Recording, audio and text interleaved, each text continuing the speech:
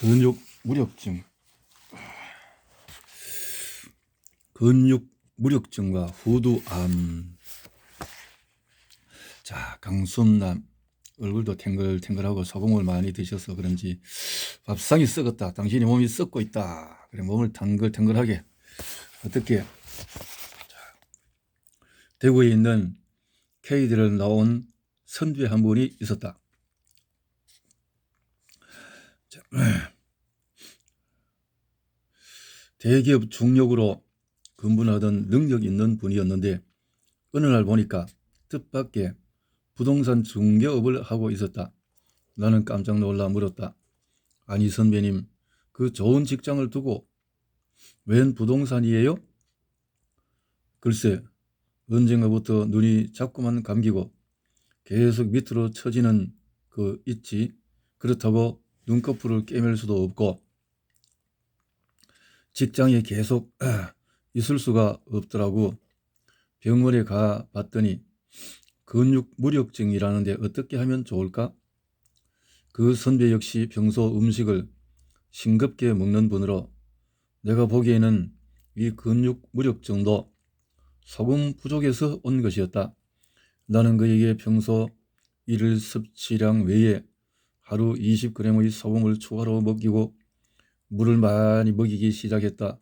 그리고 정확히 2주째 되는 날 무혈미를 지키고 나서 보름째로 접어들자 그의 눈꺼풀이 조금씩 위로 올라가기 시작했다. 강 원장 이것 봐. 눈꺼풀이 올라갔다고. 그거를 본 그가 환희에 넘쳐 외쳤다. 당연한 것을 갖고 왜 그래요? 예정했던 20일이 지나자 그는 나를 일찍 만나지 못한 것을 후회했다. 그 어떤 병원에서도 고치지 못한 근육 무력증을 나는 교육을 통해 간단히 회복시켜 준 것인데 이런 사례는 의외로 많다. 한 번은 이북 출신의 육군 대령으로 전역한 친구 오빠가 금방이라도 쓰러질 것처럼 피폐해진 모습으로 오랜만에 나를 찾아왔다. 나는 그를 보고 깜짝 놀랐다. 평소 국수를 좋아했던 그는 키가 193cm에 몸무게가 105kg이나 나가는 극으로 누구보다도 건강한 사람이었는데 너무 형편없이 변해 있었기 때문이었다. 사연을 알고 보니 그는 5년 전 갑자기 목이 아파 병원을 찾았다가 후두암 말기라는 판정을 받았다고 한다. 그래서 당시 인기를 끌던 채식 위주의 무염, 저염 운동을 펴던 모 박사를 찾아가 교육을 받았는데 처음 3, 4년 동안은 병세가 호전되는가 했더니 다시 급속도로 악화되더라는 것이었다. 그러자 더 이상 받아주는 것도 없고 마지막 지푸라기라도 잡아보겠다는 심정으로 모 교회 기도원에 들어가 안수 기도를 받았다. 그런데 세상에 기도를 받던 도중 그만 암이 뒤집어져 거름이 못 밖으로 튀어나왔다고 했다. 급히 구급차를 불러 병원으로 실려갔지만 피부에 탄력이 없어 의사들이 수술 바늘로 깨매도 도무지 살을 깨맬 수가 없을 정도였다고 했다. 한마디로 수술 자체가 안 된다는 것이었는데 이는 오랜 시간에 걸친 저염과 무염의 결과였다. 결국 이제 정말 죽는 일만 남았다고 체념하고 있는데 여동생이 나를 소개해 행여나 하고 찾아온 것이었다. 그의 상처 부위는 차마 눈을 뜨고 볼 수 없을 정도였다. 허연 목뼈가 드러나 보였고 흐르는 고름에서는 생선 썩는 냄새가 났다. 삶의 의욕을 완전히 상실해버린 그의 얼굴에서는 일말의 기대나 희망도 찾아볼 수가 없었다. 자포자기한 모습으로 고개를 푹 숙이고 있는 그에게 나는 인명은 제천이며 교육을 받아보라고 권했고 그는 기왕 죽은 몸이니 뭐든 시키는 대로 따라하겠다고 말했다. 나는 이 친구 오빠도 20일간의 교육 계획을 잡고 소금을 일일 섭취량 외에 하루 20g씩 더 먹이기 시작했다. 그런데 놀라운 일이 벌어졌다. 열흘도 안 돼 고름이 줄줄 흐르던 상처가 차츰 아물기 시작하더니 마침내 교육이 끝나자 몰라보게 상태가 호전된 것이다. 그리고 한 달 후 그는 휘파람을 불며 나를 찾아와 말했다. 강순남아, 나 다 나았다. 참 참 대단한 역사이군요. 단물로 바뀐 양수와 소아 당뇨, 무턱대고 소금을 깊이 하고 설탕을 많이 먹다 보니 임산부의 양수가 단물로 바뀌고 있다. 양수란 소금물이다. 이 자궁성의 양수는 태아가 세균이나 질병에 감염되지 않고 건강하게 자라게 하는 역할을 하는데, 요즘 임산부들은 달리단 아이스크림이나 과일을 많이 먹어도 소금이라면 질색을 하며 끔찍이도 먹지 않는다. 이렇게 소금을 먹지 않으면 양수가 어떻게 되겠는가? 당뇨에 걸렸거나 소금을 극히 적게 먹고 단 음식만 먹는 여성이 임신을 하게 되면 양수는 단물로 변질되어 있을 수밖에 없다. 소금물 속에서 자라야 할 태아가 단물 속에서 그 물을 먹고 자란다면 어떻게 되겠는가? 소금은 찰지고 단단하게 만들지만 설탕은 크고 흐하게 만드는 성품이 있다. 따라서 단물 속에서 자란 태아는 심하면 사산을 한다든지 아니면 비정상적으로 거대아가 되거나, 태어난다고 해도 유전적으로 소아 당뇨에 걸려 있을 가능성이 클 수밖에 없다. 그리고 갑자기 급증하고 있는 아이들의 아토피 피부염도 이와 무관하지는 않다. 아토피 피부염은 엄마로부터 물려받은 태변에 문제가 있지만 10달 동안 달리단 양수 속에서 자라온 아이들의 피부가 온전하리라고 생각하는 사람은 드물 것이다. 사랑하는 아이가 태어나자마자 소아 당뇨에 걸려 있거나 아토피를 앓는다면 그 엄마의 고통은 이루 말할 수가 없다. 그러나 누구를 탓할 것인가? 그것이 고정관념에 빠진 사회 분위기에 편승한 결과인 것을. 이 모두가 엄마의 책임이다. 현대의학의 말만 믿고 소금을 철저히 등한시하고 외면해 온 무서운 결과인 것이다. 2004년 여름, 나는 소아 당뇨 환자로 18년 동안 하루도 빠짐없이 인슐린 주사를 맞고 살아온 한 젊은 스님을 교육시킨 일이 있다. 평소 잘 알고 지내는 약사님의 소개에 의해 찾아온 이 스님은 현재 경북 경산시의 한 산서에 계신 분으로 10여 년 전 속세에 있을 때에 일하다가 갑자기 쓰러져 병원에 입원하게 되었다. 그때 혈당 수치가 무려 600이었다고 했다. 병원에서 3개월을 입원했는데 어찌나 중증이든지 인슐린 주사를 맞아도 소용이 없고 혈당이 도무지 떨어지지가 않았다. 결국 이 병원 저 병원 전전하다가 차도가 없자 불문에 귀의했고, 절에서 식이요법을 하며 기 수련과 108배도 많이 했지만 오히려 백내장까지 와서 수술을 받았다고 했다. 이 스님의 평소 혈당 수치는 350에서 400 사이로 나에게 교육을 받으러 올 때만 해도 400 수준이었는데, 증세가 얼마나 심각하든지 밥을 먹어도 걱정, 안 먹어도 걱정, 하루하루가 살얼음판 위를 걷는 것처럼 그야말로 좌불안석이었다. 거기다 하도 오랜 기간 당뇨에 시달리며 살아온 나머지 얼굴이 누렇게 떠서 몰골 또한 말이 아니었다. 나는 이 스님을 9박 10일 동안 교육을 시켰는데 교육 첫날부터 스님은 안절부절을 하지 못했다. 저 원장님, 정말 약 안 먹고 주사를 안 맞아도 돼요? 스님, 내 말을 듣고 따라해서 앞으로 건강하게 살고 싶으세요? 아니면 계속 인슐린 맞으면서 불안하게 사실래요? 그래도 못 믿어 하시는 스님에게 말을 듣지 않으면 나도 교육 못 시킨다고 했더니 마지못한 얼굴로 인슐린을 끊었다. 그런데 이 스님은 저혈당 증세가 심해서 완전 단식을 시킬 수가 없었다. 그래서 녹즙과 산야초 죽을 먹이면서 유동적으로 대처했는데 2, 3일 지나자 갑자기 부정적인 태도가 바뀌어 그렇게 열심히 교육을 받을 수가 없었다. 그 이유는 그동안 자신을 끈질기게 괴롭혀왔던 발저름 현상이 사라졌기 때문이었다. 혈액순환이 잘 되니까 그렇게 된 것이었다. 몸의 변화를 체험하기 시작한 스님은 그때부터 나를 전적으로 믿고 따랐다. 그리고 시간이 갈수록 혈당이 점점 떨어지기 시작하더니 마침내 열흘 동안의 교육이 끝나자 스님의 혈당 수치는 75에서 85 수준으로 떨어졌다.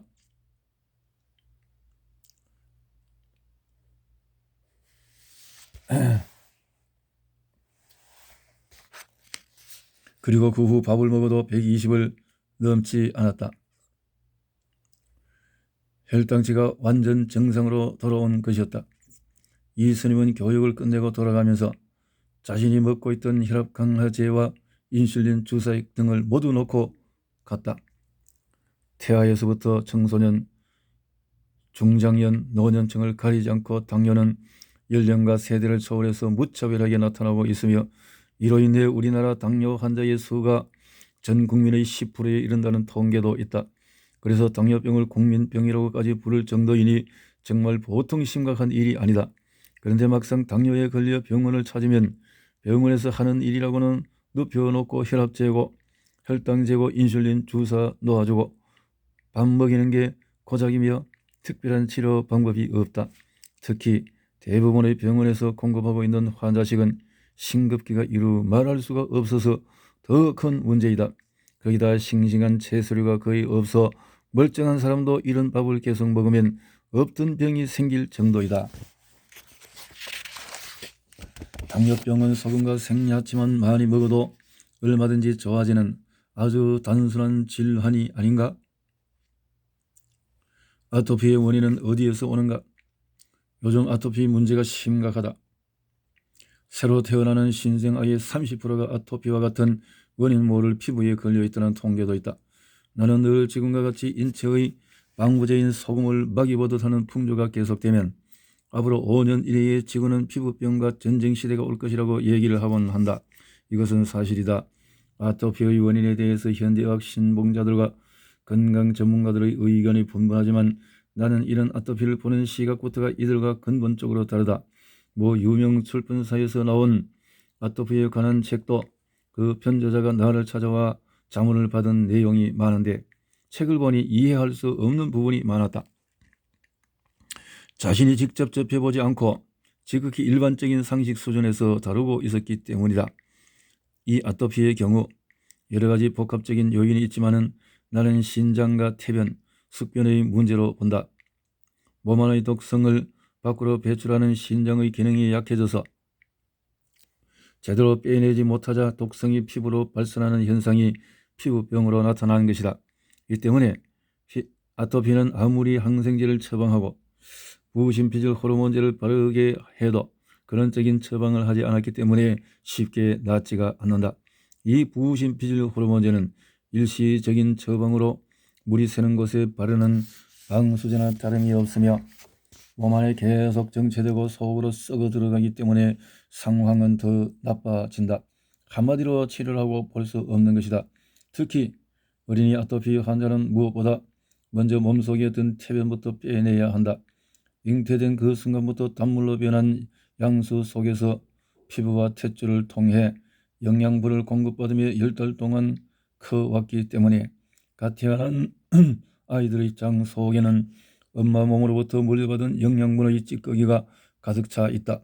아기가 태어나면 48시간 동안 아무것도 먹이지 말고 그대로 둬야 한다고 자연건강법에서 주장하는 것도 같은 맥락이다. 아기가 태어나면 48시간 동안 엄마의 젖이 나오지 않는다.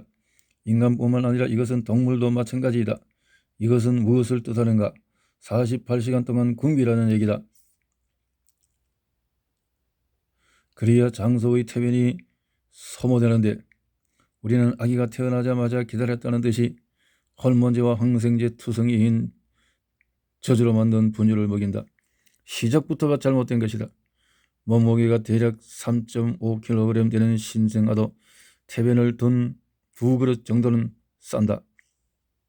그런데 중요한 것은 바로 이런 태변이 장 속에 그대로 남아 있으면 장이 나빠지거나 아토피와 같은 질병의 원인이 되기도 하는 것이다. 임산부의 식습관은 그래서 중요하다. 임산부가 약을 먹으면 그 약의 성분이 태아의 체내와 태변에 쌓이며 설탕과 알코올도 마찬가지다.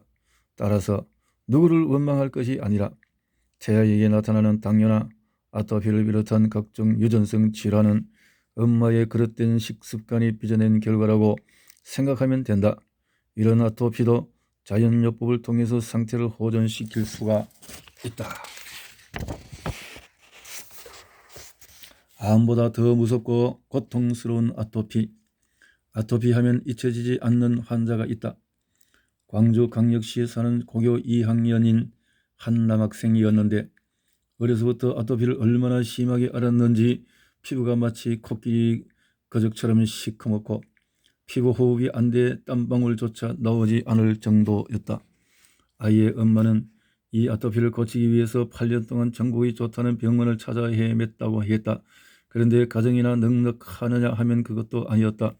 아버지는 버스 기사였고 어머니는 일용직을 하는 사람이었는데 그런 환경 속에서도 아이를 데리고 병원을 전전하던 중에 한 의사가 나를 소개해 찾아온 것이었다.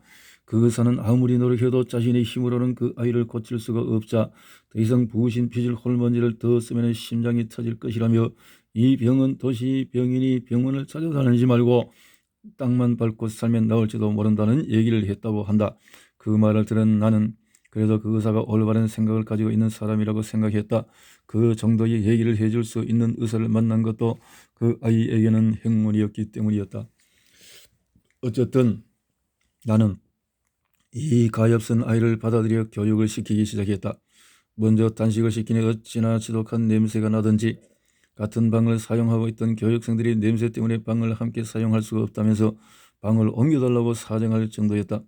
8년 동안 먹은 썩은 호르몬제가 쏟아져 나오니 냄새가 오죽했을까. 아이는 당연히 왕따를 당했다. 아이의 행색은 진물이 줄줄 흐르는 나병 환자가 따로 없었다. 모습이 너무 흉해 시장에서 마주친 외숙모까지도 외면하고 도망갈 정도였다니 어느 정도인지 짐작이 가고도 남을 것이다. 아이는 냉온욕을 시키려고 목욕탕에도 데리고 갈 수 없었다. 물만 닿으면 피부에 시커먼 물이 주르륵 흘러나왔기 때문이다. 그리고 단식을 시킨 후부터 아침에 자리에서 일어나면 피부에서 떨어진 딱지가 사방에 가득했다. 주워 담으면 컵 한 개 정도는 가득 차고 남을 분량이었다. 이런 광경을 보았다면 현대의학을 신봉하는 의사들은 과연 뭐라고 할 것인가? 의사들에게 묻고 싶다. 이런 현상을 나아가고 있다고 볼 것인가? 더 심해지고 있다고 볼 것인가? 분명한 것은 상태가 좋아지는 과정이라는 것이다. 그동안 빠져나가지 못하고 피부 속에 갇혀있던 독소들이 한꺼번에 빠져나가기 때문에 생기는 현상인 것이다. 그때 아이가 얼마나 고통스러워하는지 차마 눈을 뜨고 볼 수 없을 정도였다. 어찌나 얼굴을 긁어댔는지 피가 나올 정도여서 가려워도 더 이상 긁지 못하고 손바닥으로 탁탁 치는 게 고작이었으니 그런 아이를 바라보는 내 마음도 측은하기가 이루 말할 수 없었다. 그래, 어떤 일이 있더라도 내 고통을 없애주마. 나는 모든 것을 버리고 그 애에게 종사했다. 자연요법을 지도하는 나도 어떤 확신이 없으면 결코 밀어붙이지 못하는 법이다. 그러나 내게는 분명한 확신이 있었다. 당시 내 큰 딸아이가 여고 3학년이라서 대학 입시 뒷바라지도 해야 했는데 내 눈에는 가족은 안 보이고 그 아이만 보였다. 그 애를 나는 무려 3개월이나 내 집에 데리고 있었다. 우리 애에게 그때 신경을 못 써준 점이 늘 미안하다. 나는 그 애에게 13일 동안 단식을 시킨 후 소금을 먹이면서 하루 풍욕을 8번씩 하게 하고 계속해서 생식을 시켰다. 이렇게 해서 3개월이 지나자 그 애는 눈 주위부터 새살이 차오르기 시작했다. 그러더니 코끼리 거죽 같았던 피부가 어느 틈엔가 희고 깨끗한 피부로 바뀌어 가는 것이 아닌가. 마침내 그 애는 그 지긋지긋한 아토피의 감옥에서 점점 해방이 된 것이다. 이제는 어느덧 성년이 된 그때의 이 애는 지금도 나를 만나면 다짜고짜 큰 절을 한다.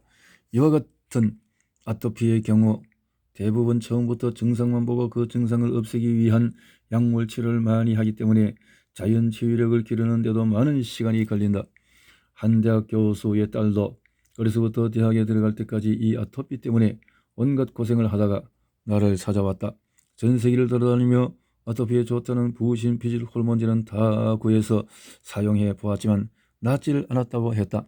거기다 한번 가려움쯤이 와서 함부를 끓기 시작하면 피가 나도 아랑곳하지 않고 무려 4시간 정도를 긁었고 이것을 보다 못한 부모가 긁지 못하게 하려고 손에 수갑까지 채울 정도였다고 했다. 이 정도가 되면 아토피는 피부병의 문제가 아니라 정신과학적인 문제가 된다.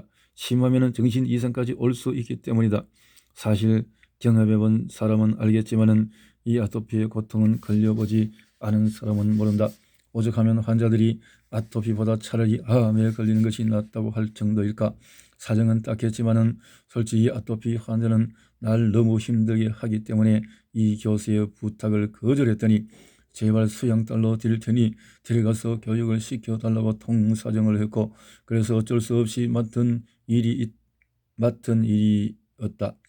이 아이 역시 교육을 받고 아토피의 고통으로부터 점차 해방이 됐으며, 그로부터 몇 달이 지나자 한복을 곱게 차려입고 부모와 함께 찾아와 내게 큰 절을 했다. 이런 아토피의 증상을 완화시켜 제자리로 돌아가게 하는 방법은 청소년과 어른들뿐만 아니라 어린 아이도 마찬가지다. 생후 20개월 된 아기도 같은 증세 때문에 이틀 반 동안 단식을 시켰더니 피부가 몰라보게 좋아졌고 가려워하는 부위를 긁어주지 않아도 되었다. 그런데 아토피의 특징은 이렇게 해서 염증이 없어지면 다 나았다고 생각할지 모르지만 다시 잠재되어 있던 내 피의 염증이 다시 불거져 나올 가능성도 많다는 것이다. 따라서 이를 방지하려면 식생활을 개선하고 얇은 옷을 입혀서 피부가 산소를 충분히 공급받을 수 있도록 하는 것이 중요하다. 그리고 생채식을 하면서 소금을 많이 먹고 각탕과 냉온욕, 풍욕 등을 꾸준히 하면 지긋지긋한 아토피로부터 점차 벗어날 수가 있다.